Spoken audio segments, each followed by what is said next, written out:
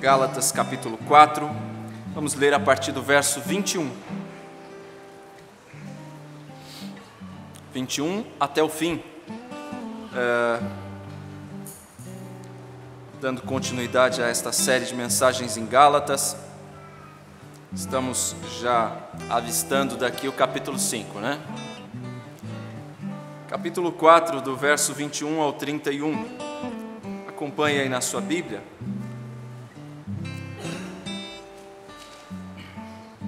Digam-me vocês, os que querem estar debaixo da lei, acaso vocês não ouvem a lei? Pois está escrito que Abraão teve 2 filhos, um da escrava e outro da livre. O filho da escrava nasceu de um modo natural, mas o filho da livre nasceu mediante promessa. Isto é usado aqui como uma ilustração. Estas mulheres representam 2 alianças. Uma aliança procede do Monte Sinai e gera filhos para a escravidão. Esta é Agar. Agar representa o Monte Sinai, na Arábia, e corresponde à atual cidade de Jerusalém, que está escravizada com os seus filhos. Mas a Jerusalém do alto é livre e é a nossa mãe, pois está escrito: regozije-se, ó estéril, você que nunca teve um filho. Grite de alegria, você que nunca esteve em trabalho de parto, porque mais são os filhos da mulher abandonada do que os daquela que tem marido. Vocês, irmãos, são filhos da promessa, como Isaque. Naquele tempo, o filho nascido de modo natural perseguiu o filho nascido segundo o Espírito. O mesmo acontece agora. Mas o que diz a Escritura? Mande embora a escrava e o seu filho, porque o filho da escrava jamais será herdeiro com o filho da livre. Portanto, irmãos, não somos filhos da escrava, mas da livre. Irmãos, enquanto estudava essa passagem, durante essa semana, eu fiquei pensando em alguns episódios e até mesmo no momento da carta em que nós estamos, visto que estamos estudando em série, de modo que não tem como fugir de alguns textos. Certamente que se eu fosse procurar aleatoriamente textos na Bíblia para pregar, dificilmente eu iria parar nessa porção do texto, porque, de fato, é um texto onde nós temos Paulo fazendo uso de uma alegoria, que ele, nessa nossa tradução aqui, chama de ilustração. É uma ilustração que não é tão simples como as coisas que estamos acostumados a ver, não é tão comum a nós. E, de certa forma, é um texto desafiante para nós. E fiquei pensando em tudo isso e lembrando o que Paulo estava passando nesse contexto. E fui remetido a algumas experiências.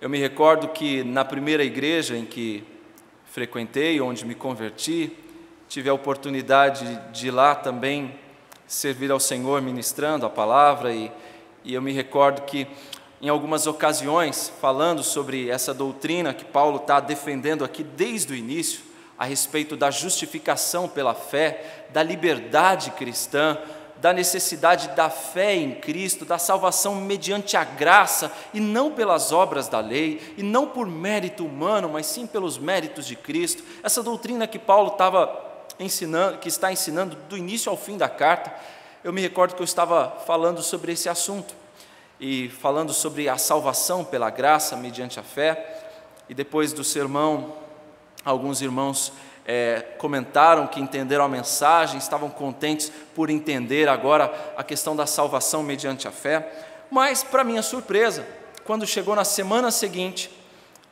num culto dirigido pelas irmãs, uma irmã que tinha a palavra e estava ensinando naquela noite, ela dizia às outras, a todos que ele estava: olha, muito cuidado, porque se você brigar com o seu marido e Jesus voltar essa noite, você perde a sua salvação, hein?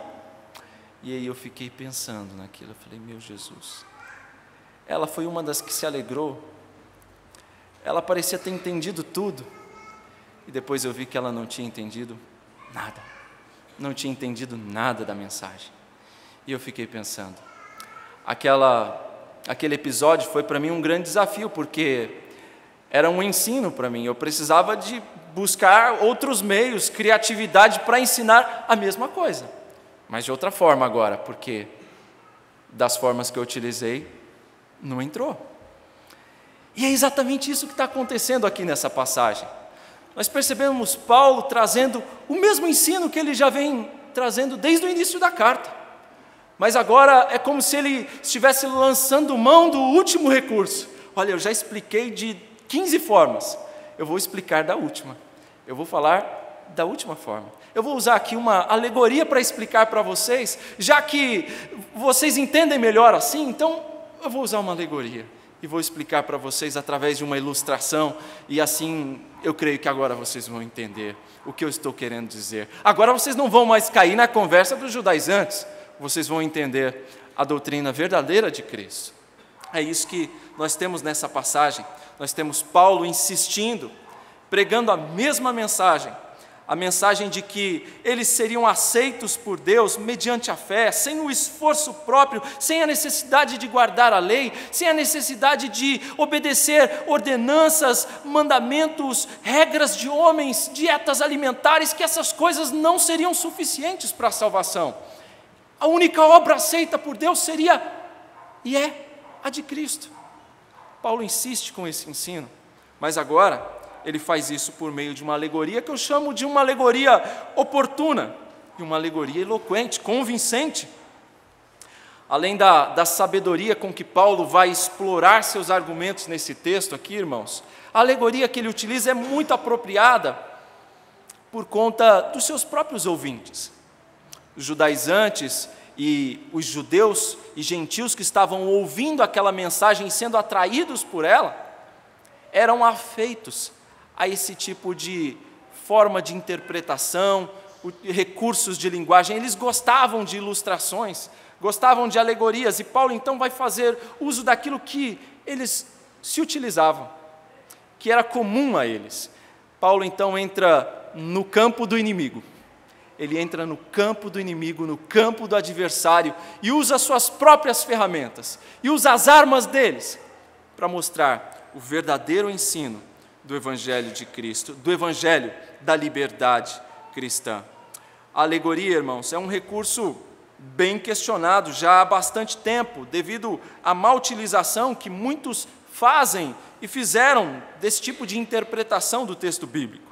É fato que ela não é o método normal de interpretação do texto, mas é bem a exceção. É por isso que eu disse no início que não é comum nós vermos esse tipo de ilustração, não é comum nós vermos a utilização de alegorias, mas aqui no caso o próprio Paulo está fazendo uso e explicando de maneira muito clara o que significa essa alegoria. Nós temos aqui duas mulheres, dois filhos e duas realidades espirituais distintas. Em síntese, o que Paulo está mostrando aqui é uma história já bem conhecida nossa, bem conhecida dos seus ouvintes também. Abraão, chamado de o pai da fé, ele possuía uma esposa chamada Sara. Essa esposa tinha uma escrava particular. Deus havia feito uma promessa a Abraão e a Sara, a promessa de que deles viria uma numerosa nação, que eles seriam pais de numerosa nação. Ocorre que a promessa parece, na concepção de Abraão e Sara, demorar a acontecer, e eles se precipitam então a dar um jeito, a fazer a coisa à maneira deles. E aí então Sara pega a sua escrava, faz com que ela tenha relações com Abraão, e a partir daí eles tenham um descendente, um filho, que vai nascer desta escrava, e esse filho se chama Ismael. Ocorre que Deus não deixa de cumprir sua promessa, e Sara, já avançada em idade, sem a menor condição de ser mãe, vai ter o filho, vai então ter Isaque. A história é bem conhecida nossa. Nós temos aqui Sara, Agar e dois filhos, Isaque e Ismael. Veja, irmãos, Sara e seu filho são descritos aqui nessa ilustração de Paulo, nessa a alegoria, Sara e seu filho são descritos como representantes de todo o povo amante da liberdade, de todo o povo que vive pela fé e não mediante as obras, ao contrário de Agar e de Ismael, seu filho, que são caracterizados como, são os representantes daqueles indivíduos que vivem espiritualmente escravizados, que vivem sob o jugo da lei, das obras. Aqueles judaizantes, irmãos, se gabavam da sua posição de pertencerem à descendência de Abraão, serem judeus, e consequentemente se chamavam filhos de Abraão. Então Paulo vai mostrar a eles que, de fato, a descendência física não é o mais importante, porque Abraão teve 2 filhos. Ora, e se eles achavam tão importante assim o ser da descendência de Abraão, eles não tinham maior valor do que Ismael? Paulo está mostrando para eles que o importante não era a descendência física, o importante é ter a mesma fé de Abraão. Ser um verdadeiro filho de Abraão não é ser da descendência de Abraão, mas ser um verdadeiro filho de Abraão é ter a mesma fé de Abraão, não é ter o sangue de Abraão correndo nas veias, mas é a mesma fé de Abraão no coração. Era isso que Paulo estava querendo explicar a estes irmãos. E aí, usando esta figura, ele explica. Primeiro, Ismael, ele vai dizer, verso 22, pois está escrito que Abraão teve 2 filhos, um da escrava e outro da livre. O filho da escrava nasceu de modo natural, mas o filho da livre nasceu mediante promessa. Ou seja, Ismael era fruto do poder natural de Abraão e Agar de gerar filhos. Foi gerado segundo a carne, segundo as capacidades deles. Ao passo que Isaque foi gerado de modo sobrenatural, com a intervenção de Deus, quando Abraão e quando Sara já tinham mais de 90 anos, no caso de Sara mais de 90, Abraão 100, e não tinham a menor condição de gerar filhos. Por isso, são filhos de uma promessa, e não filhos gerados de maneira natural, mas sim através de uma ação extraordinária de Deus. Veja, Ismael é representante daqueles que são gerados segundo a carne, ao passo que Isaque, aqueles que são gerados segundo o Espírito. De modo que Ismael vai representar todo aquele que vive mediante as obras, todo aquele que acredita que por seu próprio esforço, pelos seus recursos, é capaz de ser salvo. Ao passo que Isaque, o filho da promessa, gerado segundo o Espírito, representa todo crente que é gerado pelo Espírito, é nascido pelo Espírito. De modo que, quando falamos sobre isso, somos remetidos àquele diálogo que Jesus vai ter no capítulo 3 de João. Jesus vai falar com um homem chamado Nicodemos, e ali ele diz que importa nascer de novo.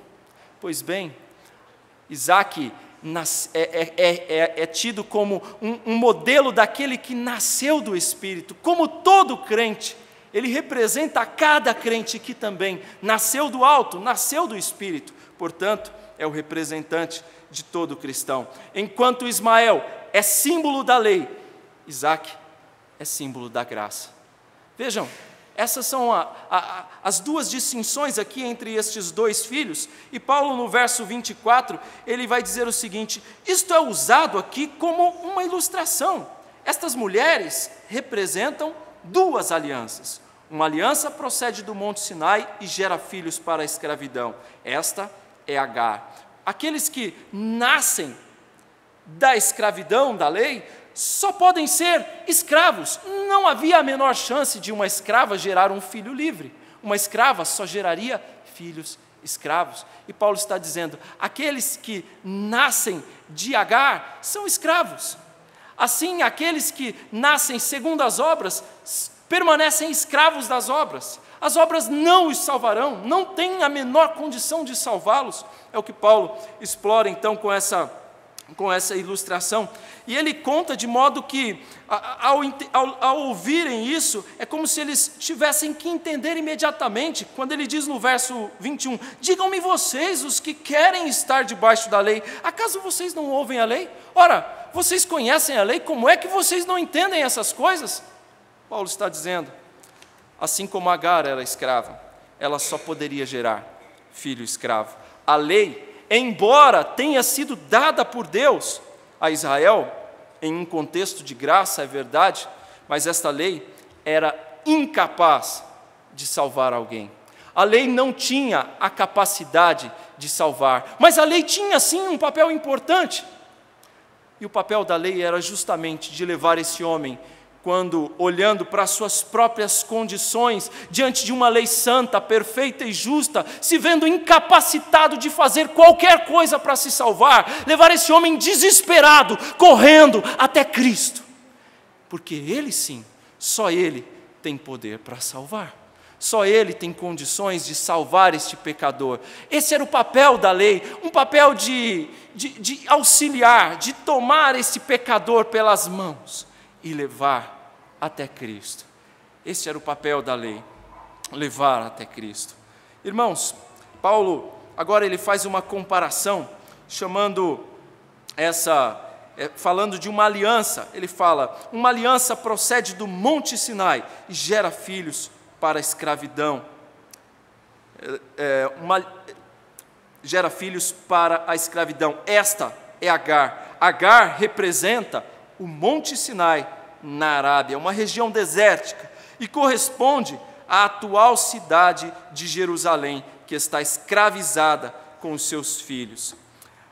A Jerusalém dos dias de Paulo, irmãos, se assemelhava a Agar, a escrava, e se assemelhava também ao Monte Sinai, a uma região desértica, onde Paulo está fazendo menção aqui ao Israel carnal, ao povo que estava rejeitando a Cristo e o seu glorioso Evangelho. O Sinai e Jerusalém aqui representam exatamente aquela religião embasada nas obras, embasada no mérito humano, embasada na capacidade do homem e, consequentemente, era a religião da escravidão.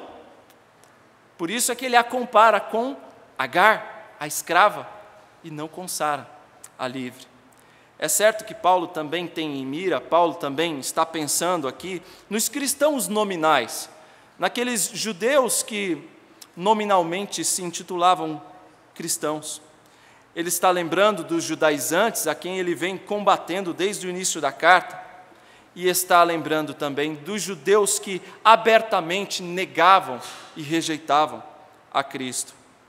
Agar, mãe de Ismael, é o símbolo desta antiga aliança, onde tudo dependia do homem. Essa era a antiga aliança, onde o homem tinha que viver conforme a lei. E essa lei dizia, faça e você viverá. Essa lei exigia perfeição.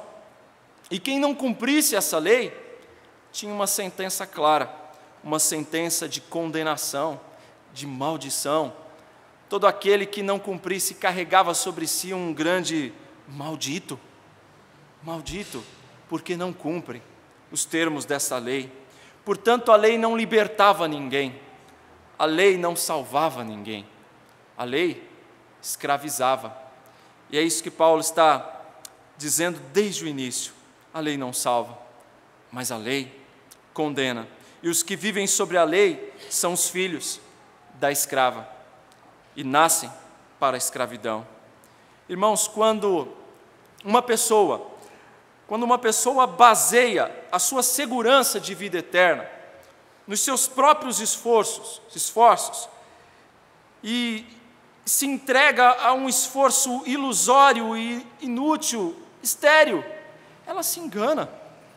Ela acha que está caminhando rumo à terra que mana leite e mel, mas ela está indo na direção da Arábia, do deserto.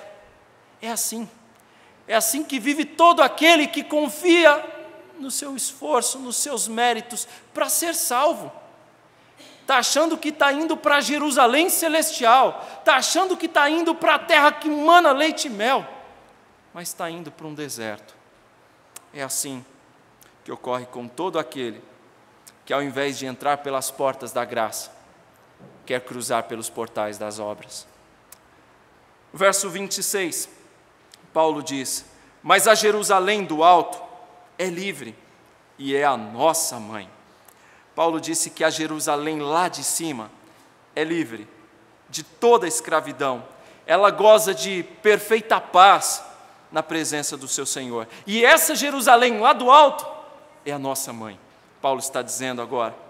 Veja, falando sobre essa Jerusalém do céu, essa Jerusalém lá do alto, que é a nossa mãe, de onde procede a nossa mãe do céu, William Hendrickson vai falar algo brilhante, e que eu, enquanto lia esse parágrafo do Hendrickson, eu fiquei pensando exatamente na música que nós cantamos por último, junto com os irmãos do louvor. O Hendrickson diz o seguinte: o céu é a mãe da igreja, porque foi o céu que deu à luz seus filhos. O céu é a nossa pátria, e Paulo vai dizer isso em Filipenses 3:20, porque essa não é a nossa pátria, mas vós sois habitantes dos céus, a vossa pátria é celestial. O Hendrickson continua dizendo: nossa vida é governada pelo céu, é lá do céu que nos são assegurados os nossos direitos e são promovidos os nossos interesses. É para o céu que sobem as nossas orações. É lá que está o nosso maior tesouro.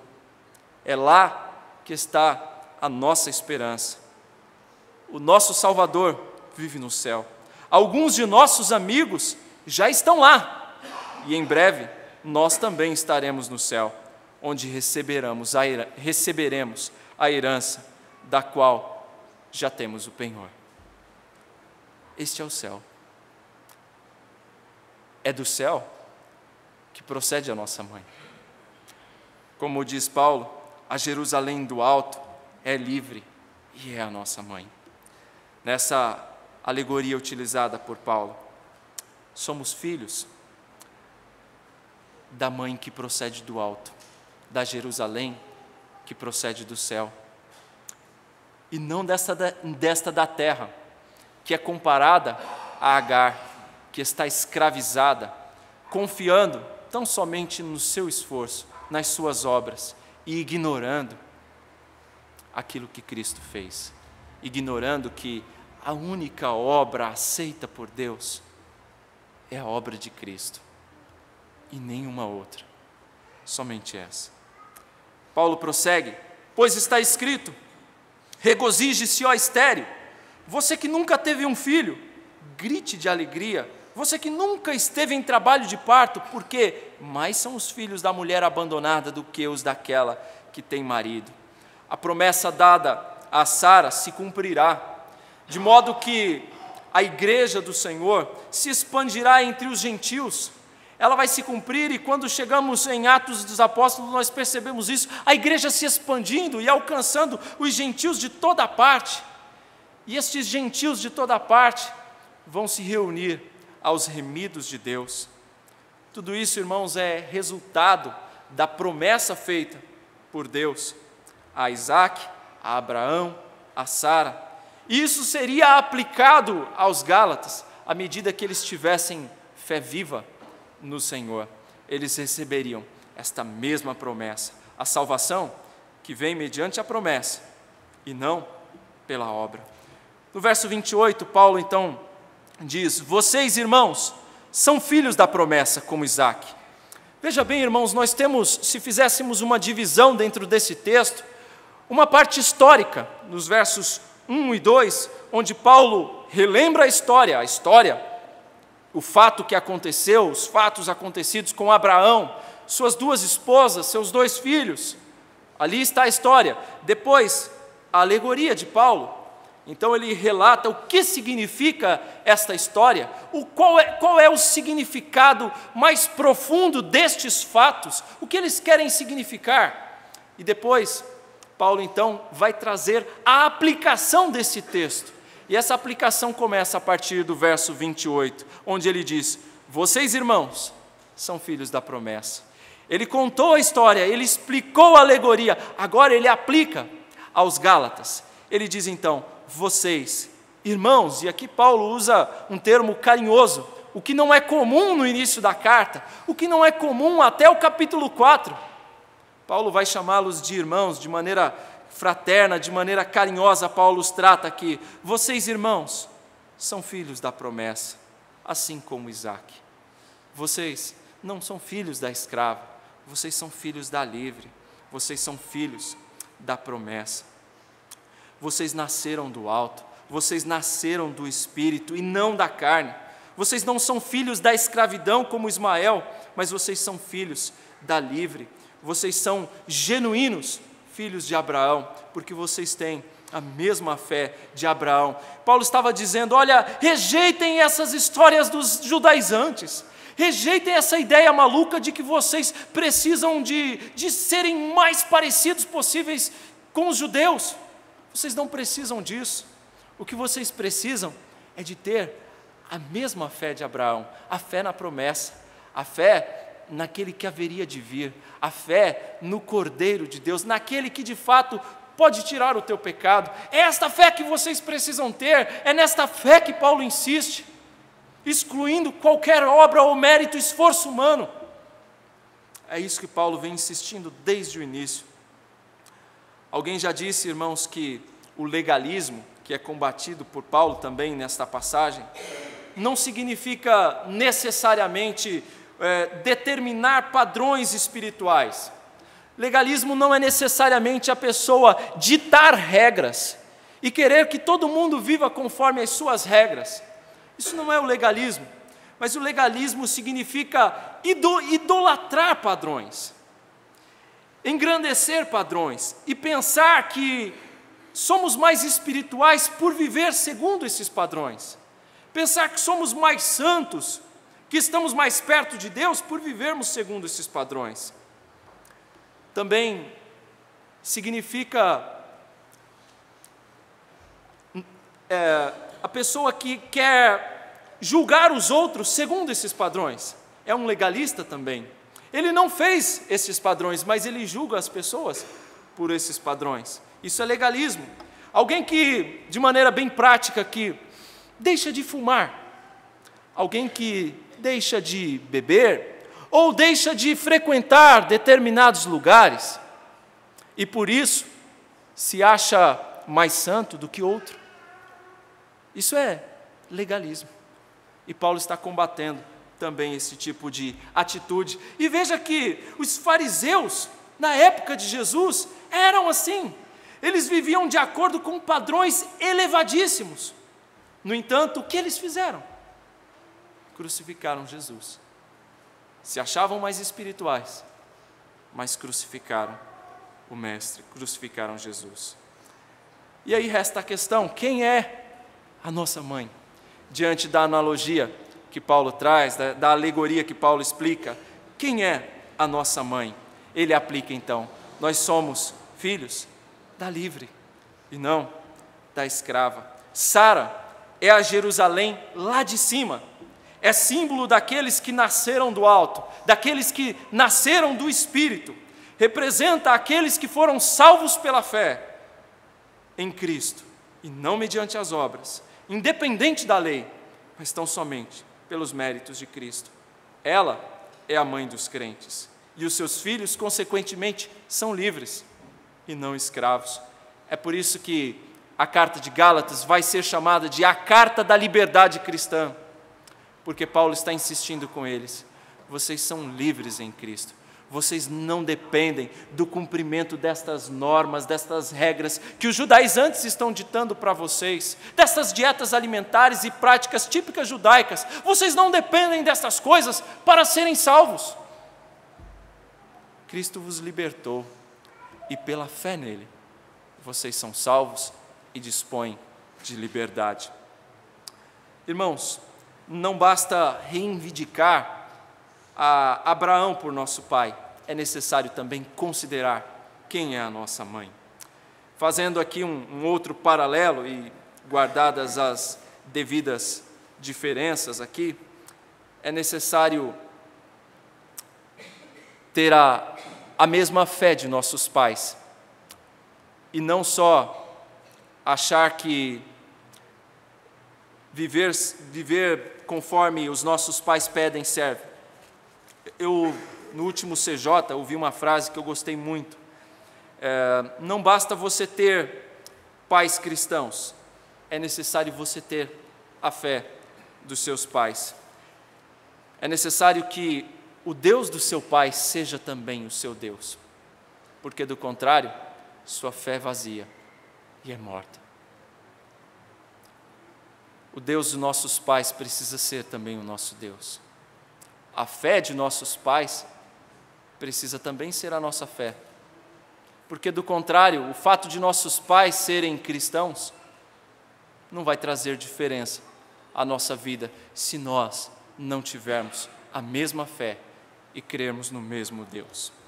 Os judaizantes estavam se gloriando de serem descendentes de Abraão, no entanto, não tinham a mesma fé de Abraão. Irmãos, foi assim que Paulo os combateu, e ele vai concluir seu argumento, os versos 29 em diante. Naquele tempo, o filho nascido de modo natural perseguiu o filho nascido segundo o Espírito. O mesmo acontece agora. Da mesma forma como o filho de Agar, a escrava, Ismael, caçoava de Isaque quando ele completara ali 3 anos e fora desmamado, Paulo então está mostrando da mesma forma, hoje, os inimigos também nos perseguem. Essa é a nossa porção. Da mesma maneira, hoje nós também experimentamos perseguição. Da mesma forma que Isaque foi perseguido por Ismael, a igreja do Senhor hoje também será perseguida pelo mundo. A igreja do Senhor hoje também será perseguida pelos falsos mestres judaizantes dos nossos dias. Da mesma forma, a igreja do Senhor hoje também será perseguida pela igreja nominal, pelos filhos de Ismael. A igreja hoje também experimentará perseguição. E foi assim também com o Senhor Jesus. Ele também experimentou perseguição. Jesus foi perseguido, Jesus foi rejeitado, foi zombado, foi condenado por sua própria nação. E veja que não foi só com Jesus. Os piores oponentes de Paulo, quem eram? Eram os seus próprios patrícios, eram os judeus. A igreja do Senhor hoje também será perseguida. A igreja do Senhor dos nossos dias também passa por perseguição. A igreja do Senhor durante a história passou por muitas perseguições. Hoje nós vemos um Papa muito simpático, não é? Mas nem sempre foi assim. A história da igreja mostra que durante muitos séculos, a igreja católica, encabeçada pelo Papa, torturou a muitos protestantes, a muitos cristãos protestantes. Enfim, a igreja sempre passou por essa perseguição e sempre passará. Os crentes devem esperar aí um duplo destino.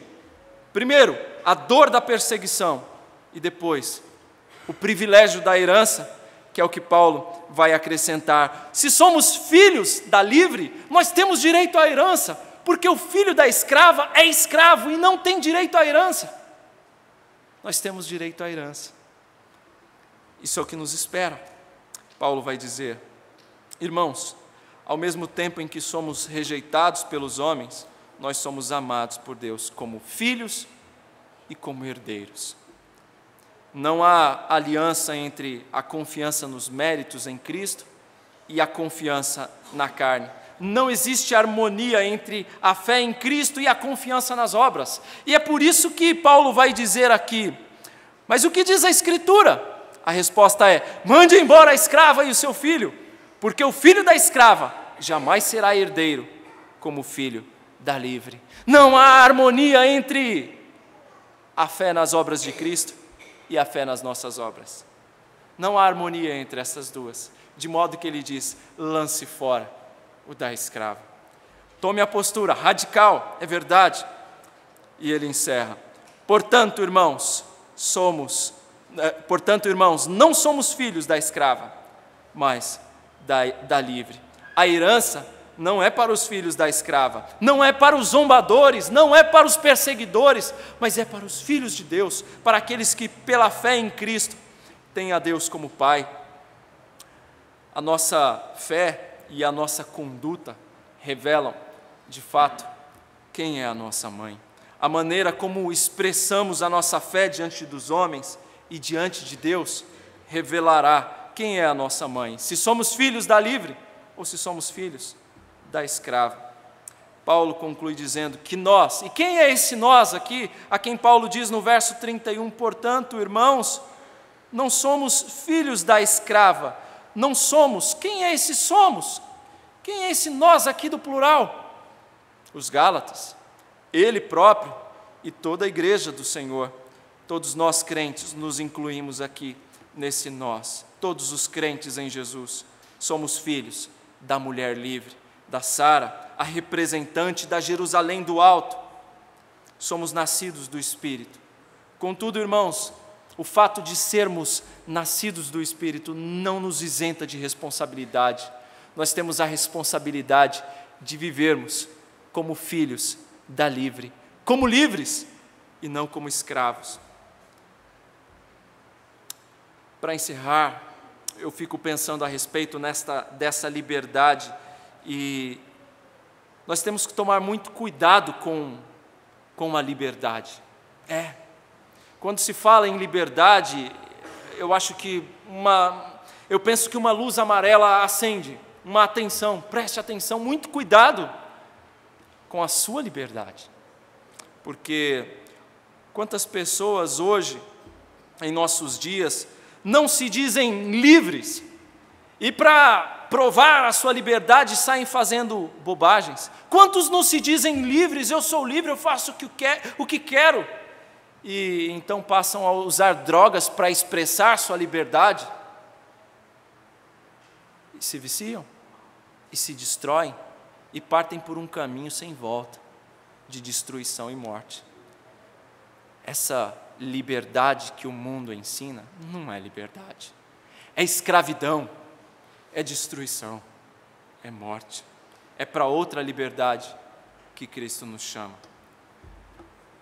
Eu os chamo também a fazer um exame interessante. Avalie a sua liberdade. Reflita sobre a sua liberdade. Para onde a sua liberdade o tem conduzido? Para mais perto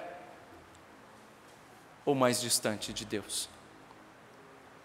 Para onde a sua liberdade está te levando?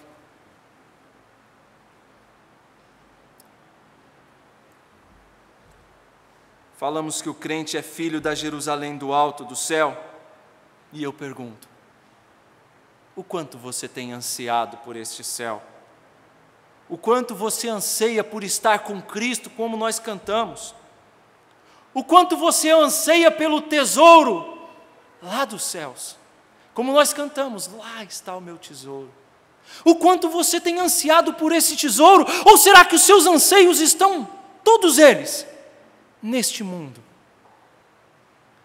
Essa semana a gente estudou aqui na igreja sobre o Salmo 84, e o anseio do salmista é pela presença de Deus. Que anseio maravilhoso! Qual tem sido o seu anseio? Onde é que você deseja estar? Ele dizia, nos teus átrios, Senhor. E você? Onde deseja estar? Qual o seu anseio? Será que é do jeito que cantamos mesmo? Lá, é estar lá com o Senhor. Lá está o meu tesouro, é lá que eu quero estar. É esse o teu anseio? Reavalie os teus anseios. Reavalie as inclinações do seu coração. Reavalie para onde a sua liberdade o tem conduzido. Se para mais perto ou para mais longe do Senhor. Reavalie se a sua confiança está depositada, de fato, nos méritos de Cristo e só dele, ou na sua própria capacidade. Se você confiar na sua capacidade, sabe qual vai ser seu fim? Desespero. Porque você fatalmente vai falhar, mas Cristo não falha. É por isso que eu digo, confie em Cristo. Ele é santo, Ele é perfeito e justo e Ele não falha. E só os méritos de Cristo é que são suficientes e satisfazem a Deus.